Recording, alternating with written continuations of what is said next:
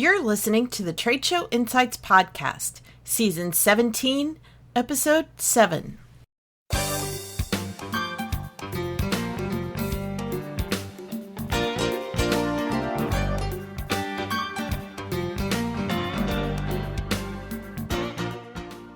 I'm your host and exhibit marketing strategist, Marlis Arnold, bringing you tools to improve your exhibit results. On today's episode, brought to you by the Exhibit Marketers Cafe, we're talking about event tech trends and how to put them to work for you and your events.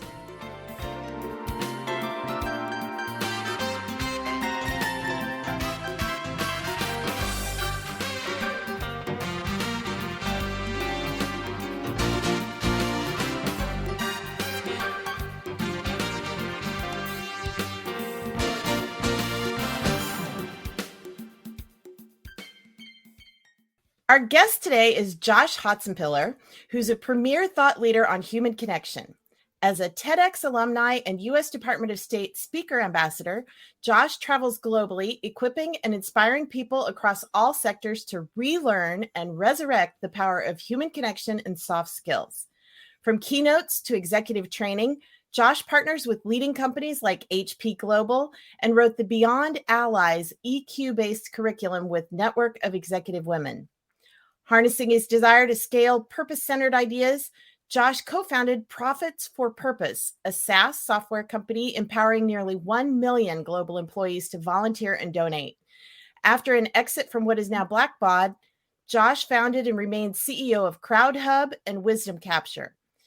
In 2020, Josh and his partners launched Juno to enable deep connections to people, content, and experiences for virtual and hybrid events, and to help clients realize 365-day community engagement.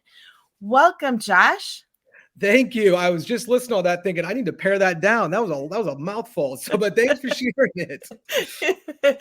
Well, thank you for all that you're doing in this industry. And really, you're one of the ones leading the charge on community and hybrid and all of those things. So I want to jump right in. First of all, talk about community, because this is something, and I know you and I talked a little bit before we got on the actual recording here about the importance of community in that whole 365-day and building a central place for people.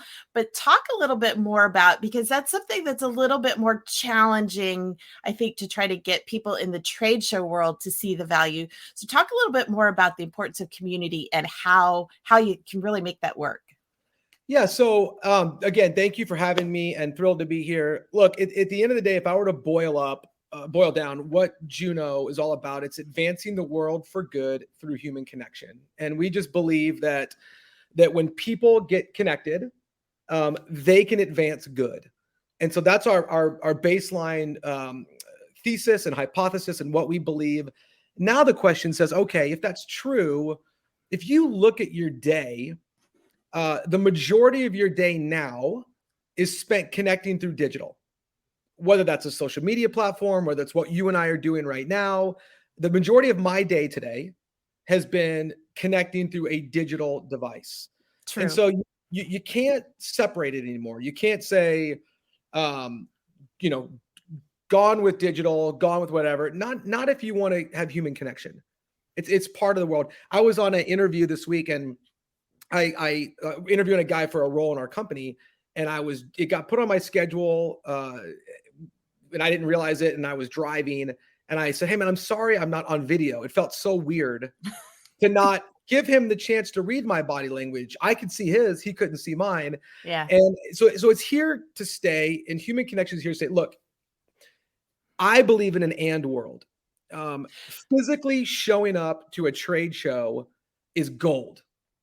And to even remotely attempt to diminish that or say, oh, digital can replace that is a fool's errand. It's not true. Exactly. Yeah. So we live in an and world. So now that we all agree that physical we want is good, the question is it good enough? I was talking to a very, very, very prominent association that if I mention the name, everybody would know it. and probably belongs to it.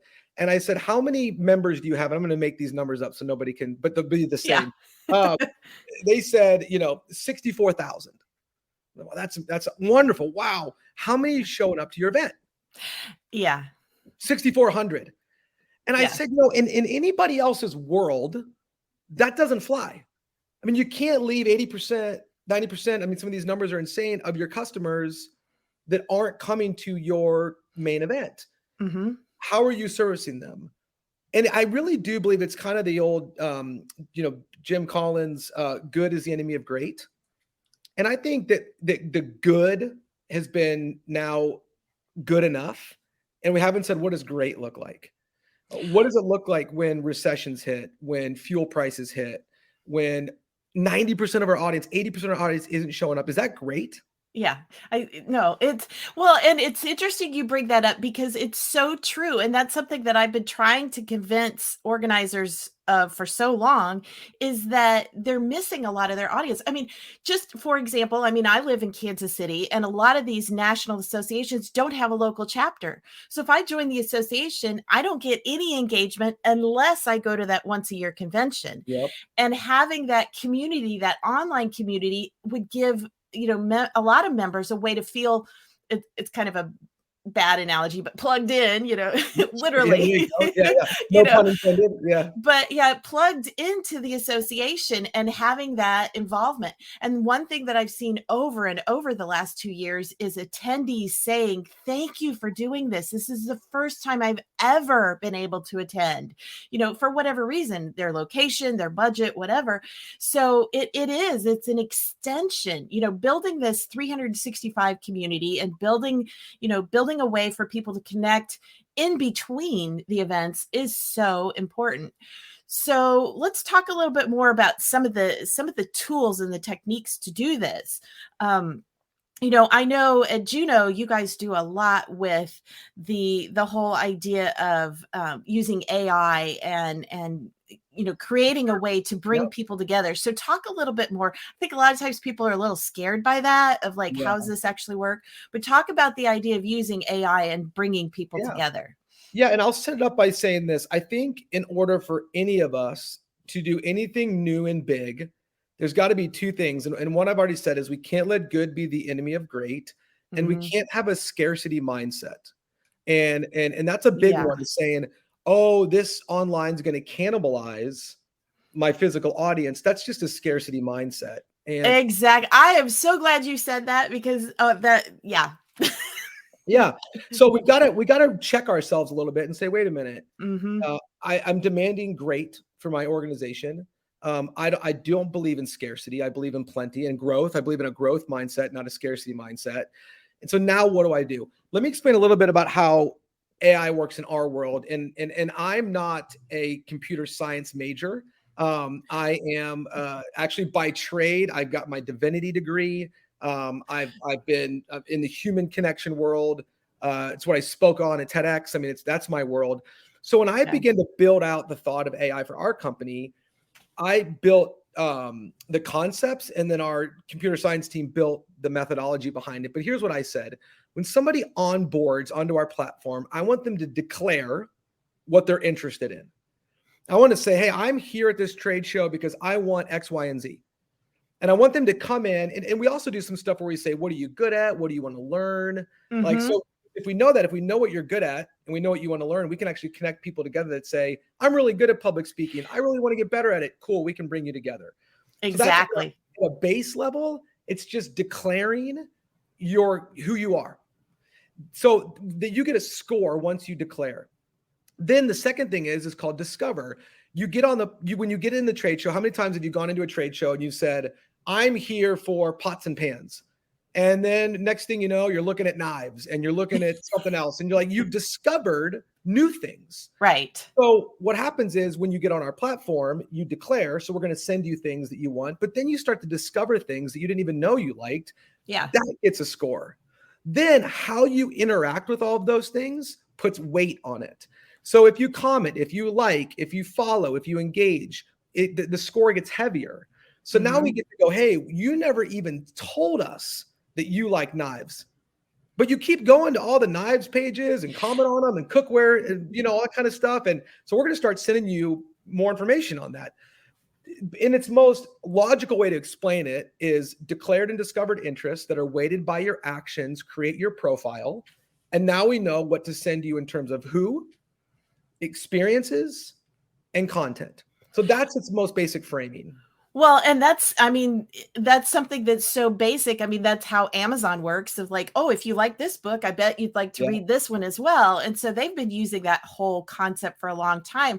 And that's another way that I think that having that ongoing community and hub for trade shows is so valuable, because again, you might not discover everything on the show floor. Sure. But if you've got this community that then you can, maybe you missed the knives on the show floor, but then in the community, you have that opportunity to be matched with those knife manufacturers that you might have missed before or whatever. And you think about it from a strategic standpoint, if let's just say for fun, a trade show is like, we're going to do this. We're going to launch a year-round community, because you know what?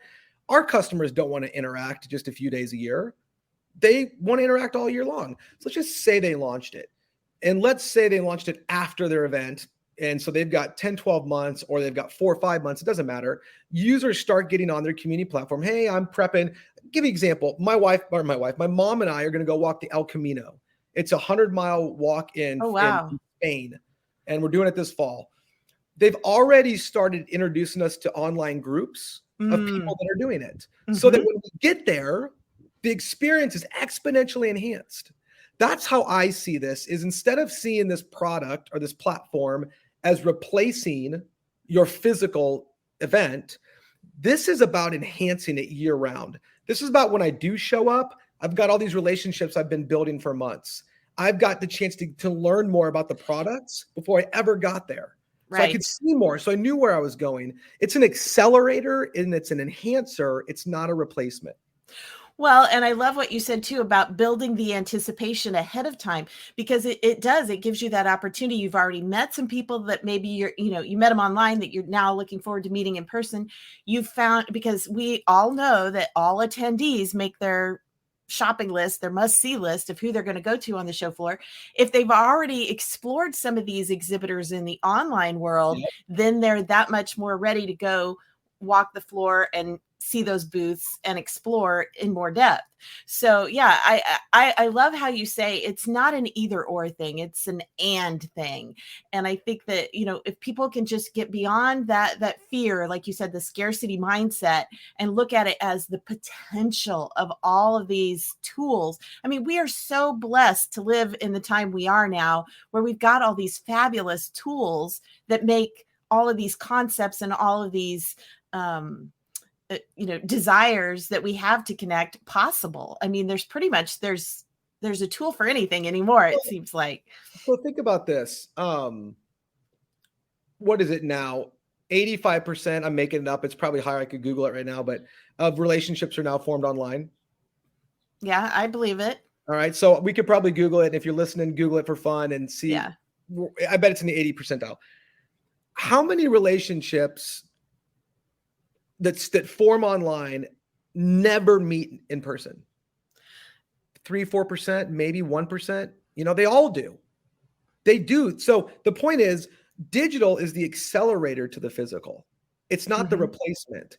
And I think so often we think about like, oh, you're trying to replace. No, we're not. We're trying to enhance. Yeah. And I use that analogy because if people can get their mind around, this is not a replacement tool. This is an enhancement tool.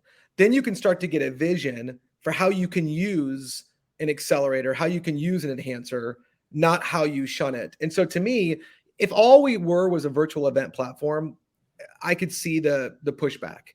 If you're building a year-round accelerator, you're like, wait a minute, how does this work? How can we build strategies for this? Because I want, when somebody shows up at our events, to have more relationships than they've ever had, more connections than they've ever had, more business than they've ever had, because we accelerated the experience, not tried to replace it online. Yeah. Exactly. I think that's such a valid point. And hopefully people can now start to get beyond the old way of thinking. Because I keep saying we can't go back to events like they were in 2019. We've got to start moving forward and looking forward. And on that, I want to bring up a couple of topics and just get your feedback on them. So everybody's now, of course, buzzing about the metaverse. Sure. And NFTs. So give us your take on how do you see events and trade shows fitting in with these two new, So I'm gonna answer it in like two ways that are in some contradicting to each other. So this is the Josh, this is Juno, and all our stakeholders do not necessarily agree to what I'm about to say, but I'm gonna just give you my 2 cents as two humans talking. One is, and this is going to be a little bit of the negative side, we are coming out of a season where a lot of people were given money that they didn't need. And so they were spending it on things that didn't make sense. And it's why we have supply chain issues. It's one of the reasons. It's why inflation's hitting, because all of a sudden, and this is not, I'm not an economist, but it is just blocking and tackling. A bunch of people got money and you go, I don't need this. So I'm going to go buy something I don't need. And you think about like an NFT or something, and you're like, okay, I'm buying a digital asset. Do I need that? Do I need a digital asset? And if I got an excess of money because I'm not going out because I've been locked in my house, if I got an excess of money because the government has helped fund some of to get through there, I got an excess of money that I don't have anything to do with. I can't travel. There's no sense of buying a big car. I can't eat out. I know what I'll do. I'll buy a digital asset. I'm just arguing that we're going to go into a season where people are not going to sit around going, what should I do with all my extra money? Yeah. And you're going to go, the last thing I need is to buy digital assets right now. So to me, whether or not we get there in the future, it might be one thing, but I think that there's some realities that go, I don't think there's going to be a big market for that kind of stuff in the next little season. Well, and I think it goes back to, and you touched on this too. It's like, sometimes people get so excited over the thing that they're not really looking at the practicality of it, whether that be the latest software or, gizmo or whatever. It's like, everybody's like, oh, I gotta have that. And then it's like, when the rush of excitement is gone, then it's kind of like, well, what was the point? And I think we've all done a little bit of that kind of spending at some point in time. I've got a lot of COVID purchases in my house that I'm like, well, didn't need that. So that's one. The upside is, the other day I came home and my 12-year-old had the metaverse, glasses on or goggles on. And he's sitting at a chair, like with his hands like this. And I'm like, dude, what are you doing? And he said, oh, I'm playing cards with my buddies. Oh. And buddies from all over the area had all pulled up to a table and were playing cards. Oh, fun. Like, holy cow. Like, that's normal for him. Yeah. Normal for me was, I got to ride my bike 7 blocks over to Rick's house to jump off a wood ramp. Normal for my son is playing cards in the metaverse. So do I think that there's a place for it? Yes. Do I think that it's a today I've got to win in the metaverse if I'm a trade show or I'm an association? I don't. I think you got to win in community. I think you got to win in connecting, bringing people together. I do think you have to have an enhanced experience, and I'm not saying don't do it, because I just am telling you, it's my son's doing it. It's real. Yeah. Well, and when that generation starts to be attending trade shows, they're probably going to expect more of that level of experience too. But then you also end up getting back into your circular argument, right? Because if they've been experiencing, like my son said to me today, he's like, Dad, we're big Golden State Warriors fans. We live here in California. And he said, Dad, I want to watch one of the games from courtside. Because now you can put the goggles on and you can actually watch a game courtside. Oh, wow. And full 360 experience courtside. And then the other thing is you can do it with your buddy. So him and his buddy Cannon both sat courtside and watched a game. Oh, now, cool. Would you rather watch the game courtside, or would you rather go be sitting up at the top of the thing? Right. So, and then I say this, if I could go through your entire thing in the metaverse, why would I show up? And aren't you right back in the same situation you are in right now where, see what I'm saying? The Yeah. world's going to change. Yeah. And you got to change with it, because if you do start to launch fully in the metaverse, why would anybody ever show up physically to your trade show? Yeah. It's an interesting world that you live in, that you go, you can't have your cake and eat it too. The world's changing. We got to adapt and connect to customers in the way that they're working in today's world. Well, I think it all comes back to what you were saying earlier, is to stop being afraid of all the technology and explore it, and really figure out kind of what we said of like finding what are the tools that make sense for you and your association or your organization. What are your missions? What is your audience wanting? I mean, there's probably a lot of industries where, doing a metaverse type event is never really going to make sense. Sure. And then there's other industries where it may be just the most genius way to host an event. So I think a lot of it comes back to knowing who your audience is and what you're trying to achieve, and then figuring out the right tools, right? Yep. And you go back to the vision of Juno, which ultimately is to advance the world for good through human connection. And if you look at what you're doing, you ask a simple question: what are the most powerful ways we can connect our audience together? Mm-hmm. And the majority of them, as many of them as we can, that starts to inform your strategy.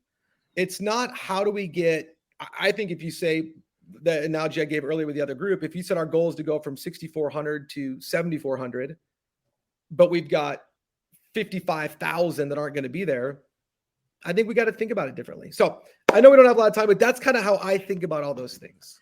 Yeah, I love that. I love how you're like reframing a lot of things, because I think too much of the time we're chasing after the tools and not really thinking through what works and the strategies. So I love that you reframed it from that perspective. So Josh, any last thoughts about, where you see trade shows going as far as the whole hybrid and blended experience? I just go back and I'll say this again. What a privilege it is to be a part of an industry that brings human beings together. That's at the most base. What a privilege. And with privilege comes responsibility. And to me, I would just say we are all responsible to connect as many people as we can together to advance good. So whatever we need to do to get more people connected, because that's the responsibility we have with the privilege, we do. And hopefully Juno can be a part of helping folks get more people connected, make more exchanges, make more relationships, and advance the world for good. I love it. What a great place to end. Thank you, Josh, so much for being our guest today on Trade Show Insights. Pleasure was mine. Thank you so much.